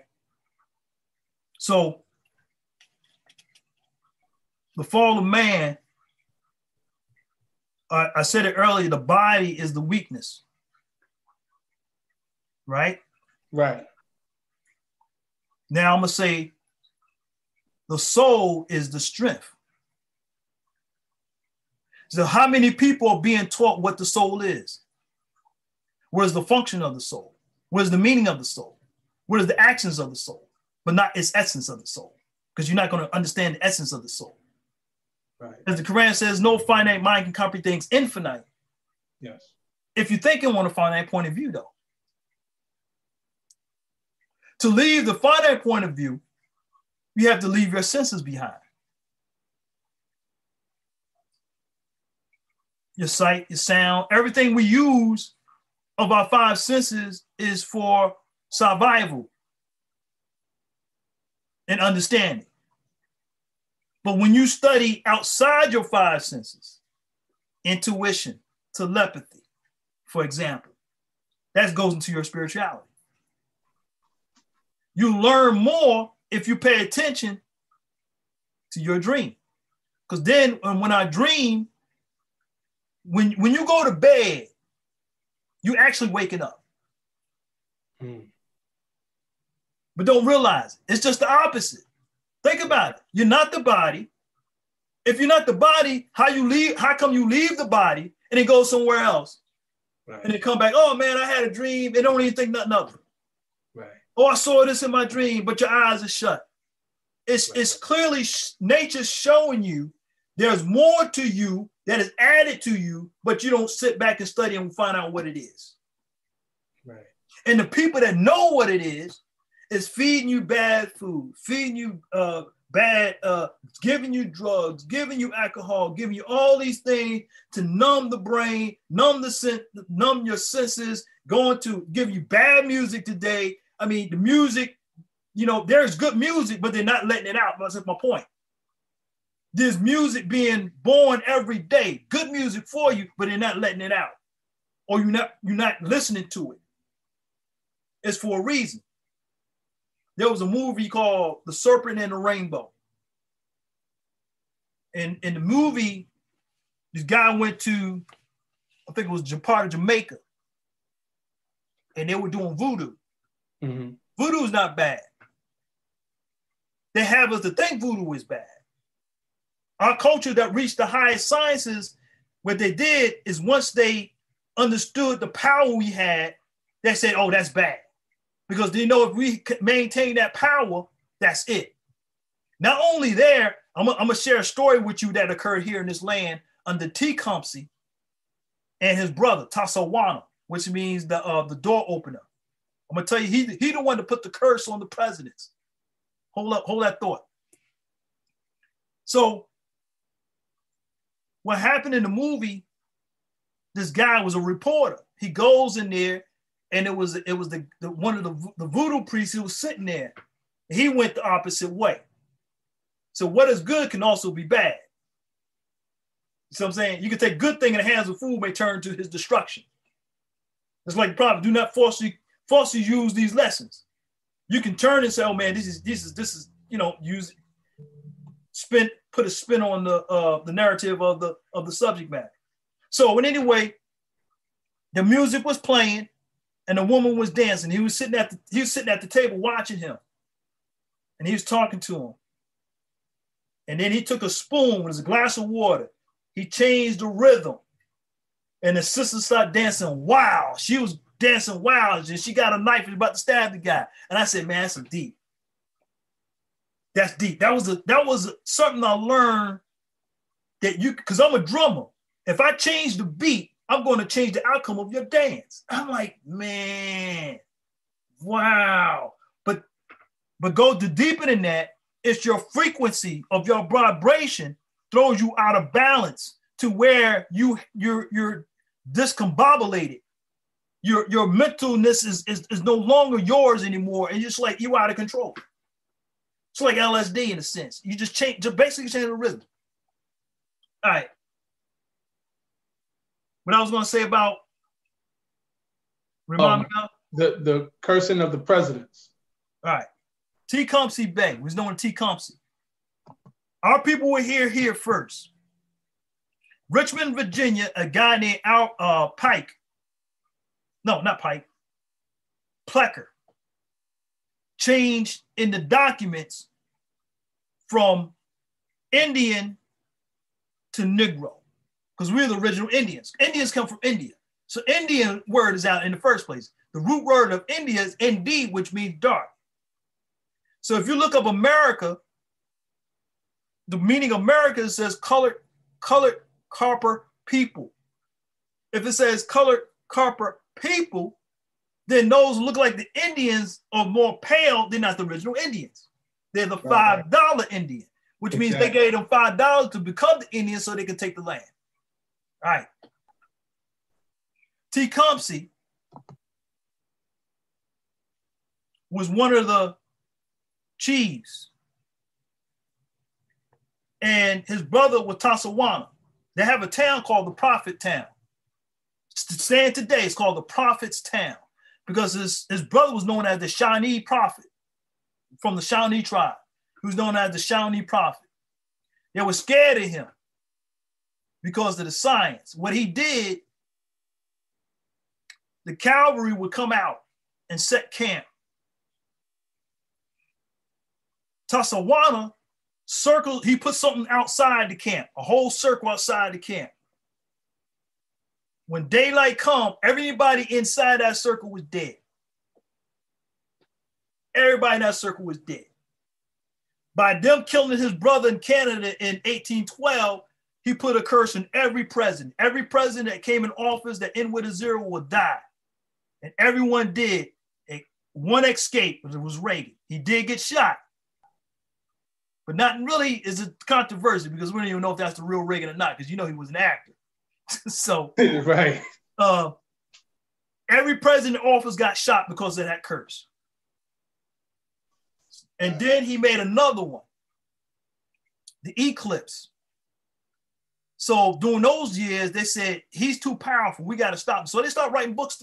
I kid you not, man, I went to Barnes and Noble one time and downloaded a book about him. And I was like, they're still talking about him. I was like, man. And he did it. He rallied his people, the Shawnee people. And he talked about the eclipse. And the European writers at the time was like, oh man, we can't give, he got too much power. We got to rewrite the history. We got to change that. That's the science I'm talking about, man. That's missing. That's why they have to keep you dead, deaf, and dumb. Right. Because if you know those sciences, their fear is that we'll put it on the system. The point is that you don't put it on the system.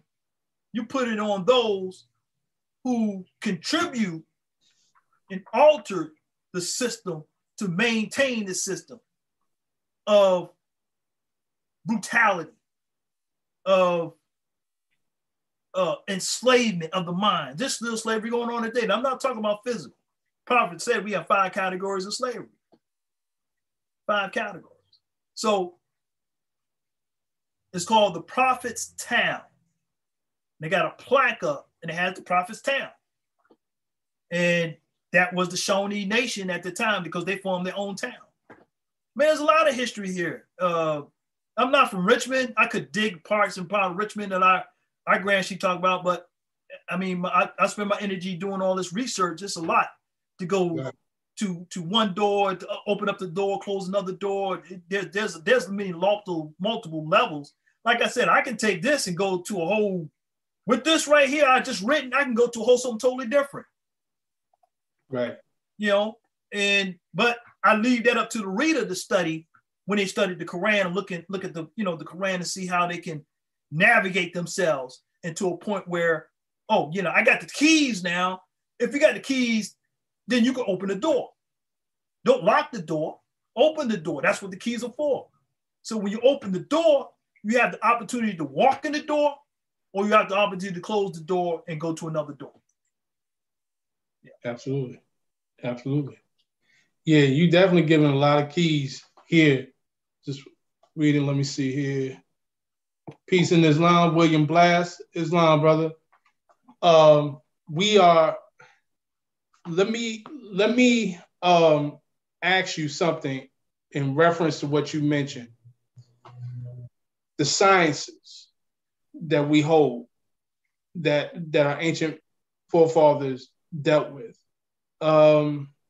Because what you brought to my mind was with Prophet Noble Drew Ali, many of the things that he prophesied that came to fruition. Mm-hmm. And just the very fact that many people, I would say to this day, try to brush over him. I'm talking not us as Moors, right, within our movement, but right. On the mainstream, they, me and my wife always have these conversations like, we're in North Carolina. We're in the state where the Prophet was born in 1886. Right. And it never ceases to amaze us the lack of knowledge that people have of him, just as a historical figure or anything. And so I would like for you to speak to that. And I know you wrote a whole book on the Prophet. So speak to that in terms of the, I should say, the concentrated effort placed to have us not know about ourselves and our true power. All right. I'm going to give you a story of our grand sheik back when he was growing up, during the time of the Prophet, around that time before he joined in 1928. And he said, you have segregation going on, all right? So when you have segregation going on, I mean, I'm gonna tell you something, man.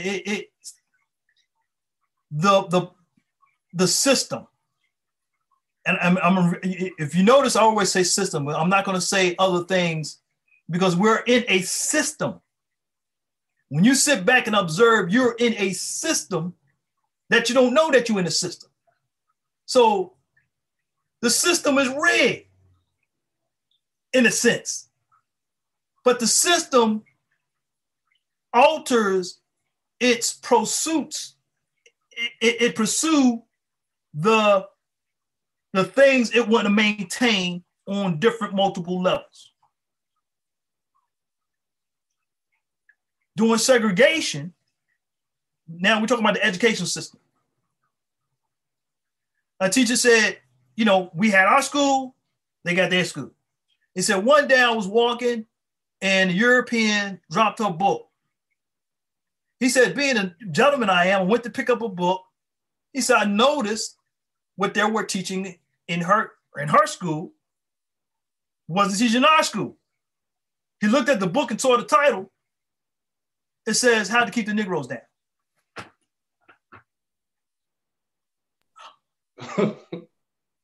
How to keep the Negroes. So that was being taught in the curriculum. Now, we're talking about a curriculum in their school. Now, there's a brother in our temple who was one of the brothers that was the first to integrate. His story was deep, but you know, the first time it integrated in Kent County here in Virginia. And his story was I said, brother, you need to write a book about that story, integration. Now, when it integrated, they had to change the curriculum. Now, I did a research. The guy written a book. All your textbooks from elementary to college is not regulated. They don't look at it and says, oh, no, we can't use this, not true. Oh, we can't use this, that's not meeting our requirements. They said, this guy wrote a book in the 70s, I think the 70s or 80s. He said,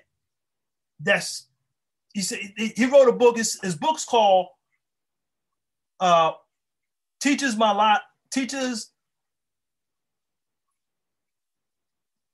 that my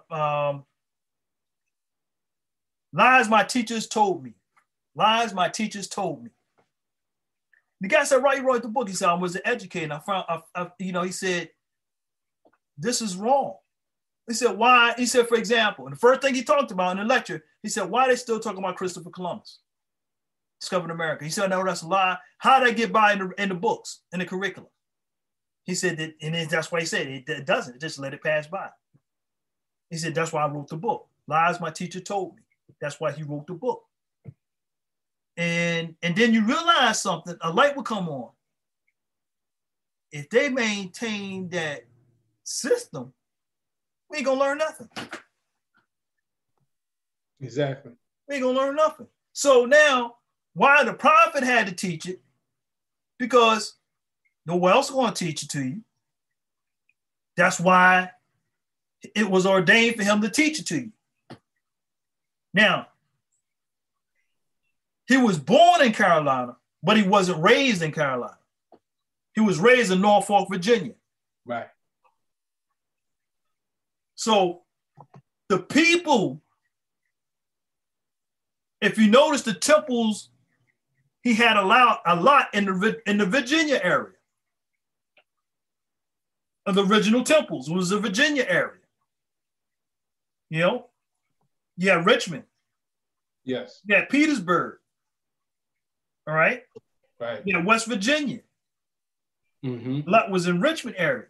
That's why I said I studied the South. You got to understand what he's saying. I studied the South. Why? Because he lived there. So you write him out of the book, or just like they did the brother that wrote the book, Miseducation of the Negro.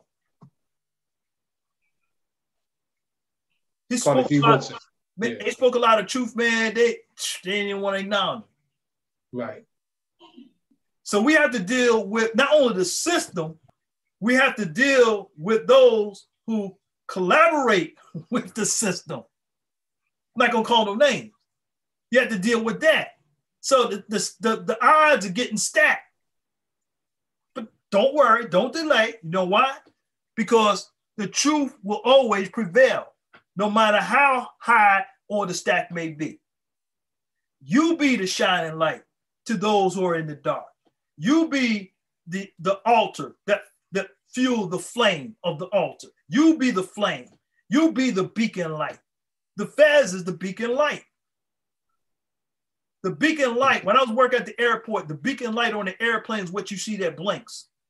When you go look in the sky, you see that little blinking? That's under the aircraft. And it blinks to show, you know, where their location at of other planes. That's called a beacon. When you wear the fez, that is the beacon light. You're the shining light. But now, can you activate it? can you activate what you have on?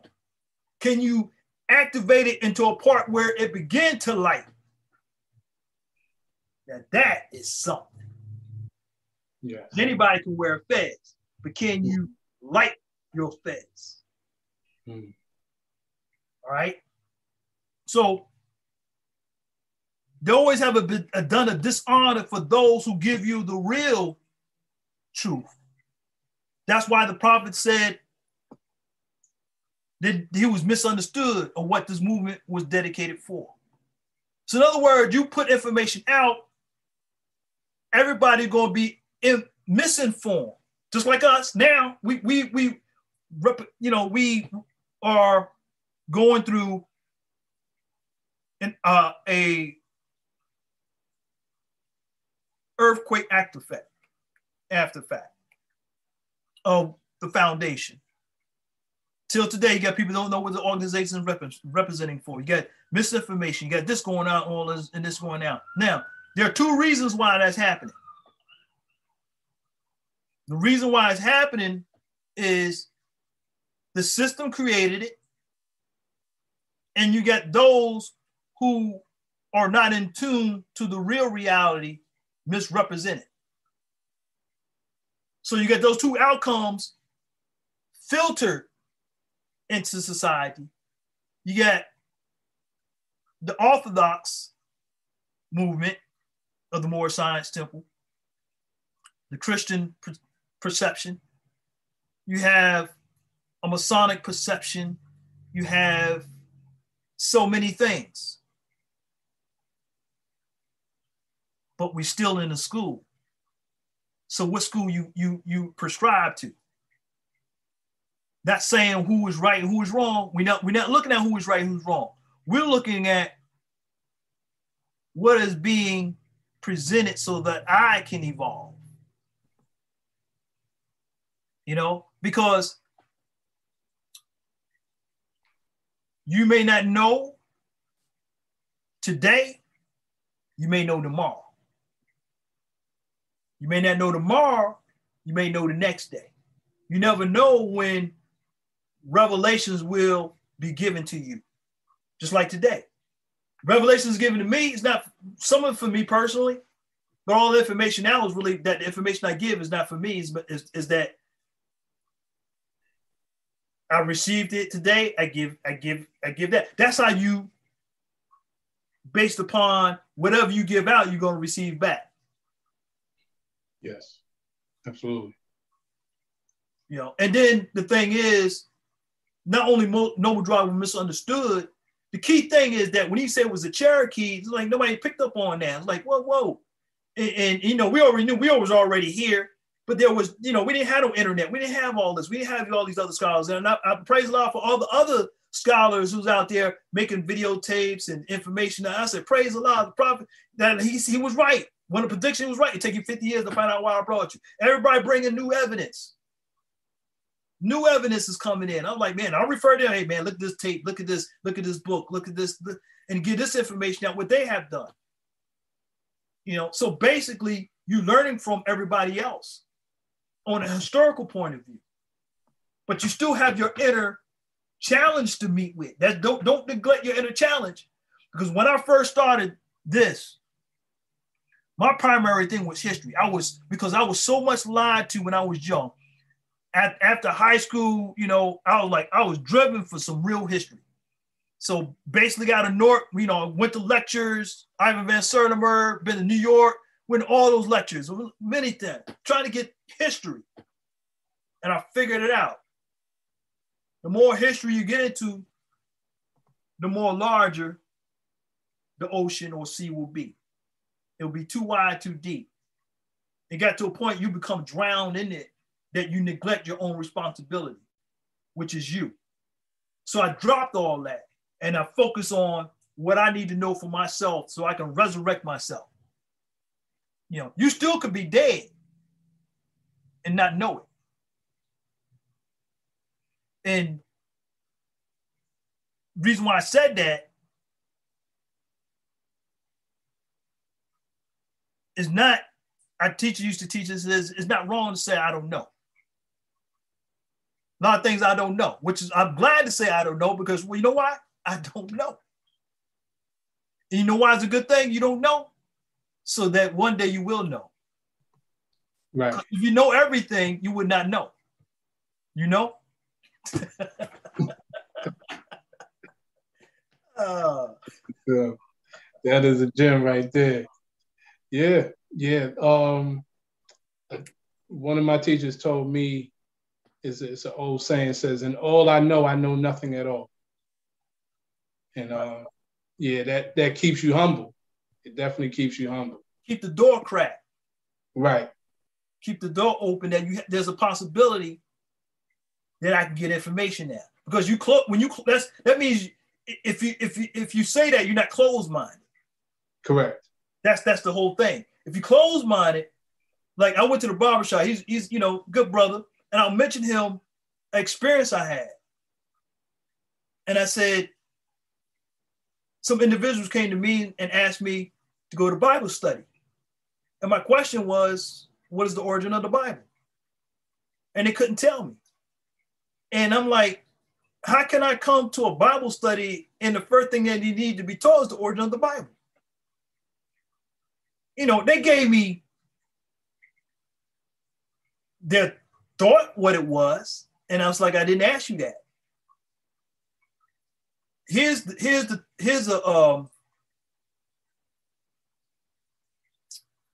I'll say a lesson of a tool that we could use to help ourselves.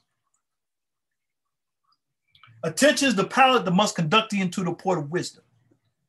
That means pay attention to what you say and what you do and how you say it to different people. It has different effects. Your tone, your mannerism has to do with the outcome of the conversation, of the learning process. Therefore, one must observe when they do have a when they do have a conversation,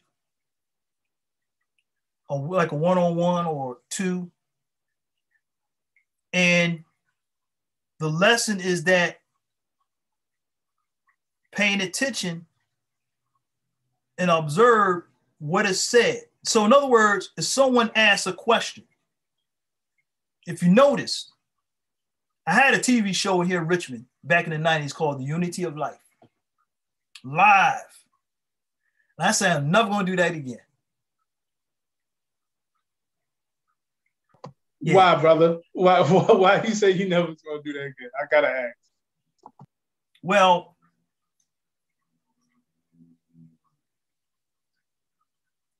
when you give out information and you live on TV, you call in, you're supposed to ask a question. Do you have any questions? It didn't say call in and make a speech or make their main objectives. And I think this and I think that. You're supposed to call. You don't follow instructions. You're supposed to call and ask a question. But you want to give out your ideology of what you think. What you think of, and I was like, I'll never do that. I'll do a pre-recorded.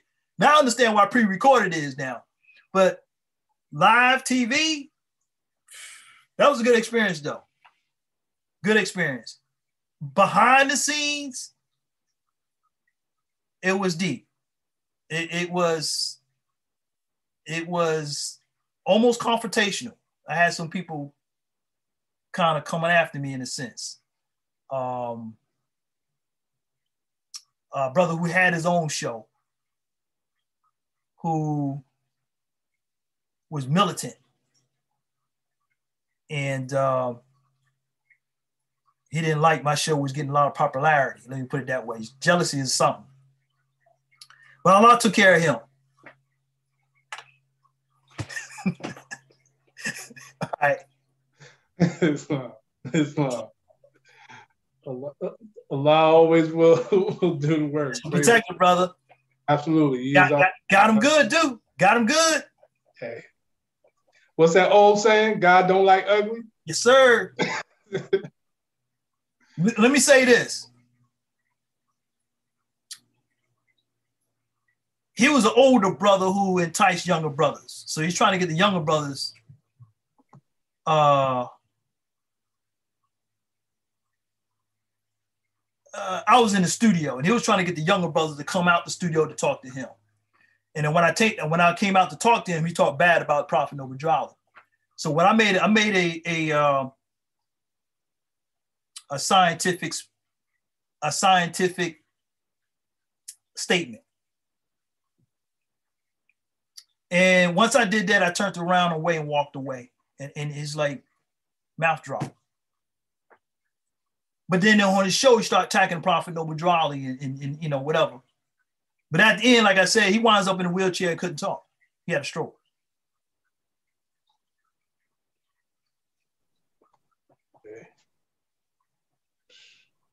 I'm gonna talk to you more about it. But there's some more about it. But you know, I'll just give you the outcome. We'll build on that. But yeah, yes. Prophet is real. Prophet is real. Oh yeah. Absolutely. Now, with the show, The Unity of Life, I was basically sharing nationality. Good show. It lasted more than it's supposed to. They said they're gonna give us another 3 weeks, and we wind up, you know, having more shows until they shut it down because we had. I'm from Richmond now. I'm not going to name no names. I'm from Richmond, so I'm in the state of the capital of these certain people who had a show. Gotcha. All right, and a lot of things got out of hand, and in my time frame got out of hand. They shut the show down because they were recruiting off of that show that they had. So they had shut the whole thing down. Oh, okay. Understood. Yeah. Understood. When you say capital, I already know the history. Yeah. So. You know, like I said, I'm from New Jersey, and the people down here, when they start hearing me speak, and it was like, oh man, you're gonna, you know, I'm like, you're not from here. And I was like, well, you know, I just don't, you know, take no stuff down here. I'm like, it is what it is. That's where I'm from. I'm like, I'm not bending down to what's going on. And I'm like, nah, that's, you know, let's be real. It's very passive. And I'm not passive. I speak out. You know, I said, y'all got to speak up. At the point, I said, y'all got to speak up. I remember at John said, y'all got to speak up. They're going to run all over y'all. You know, so. Yeah, brother. I speak truth to power. Absolutely. And that's what you've done.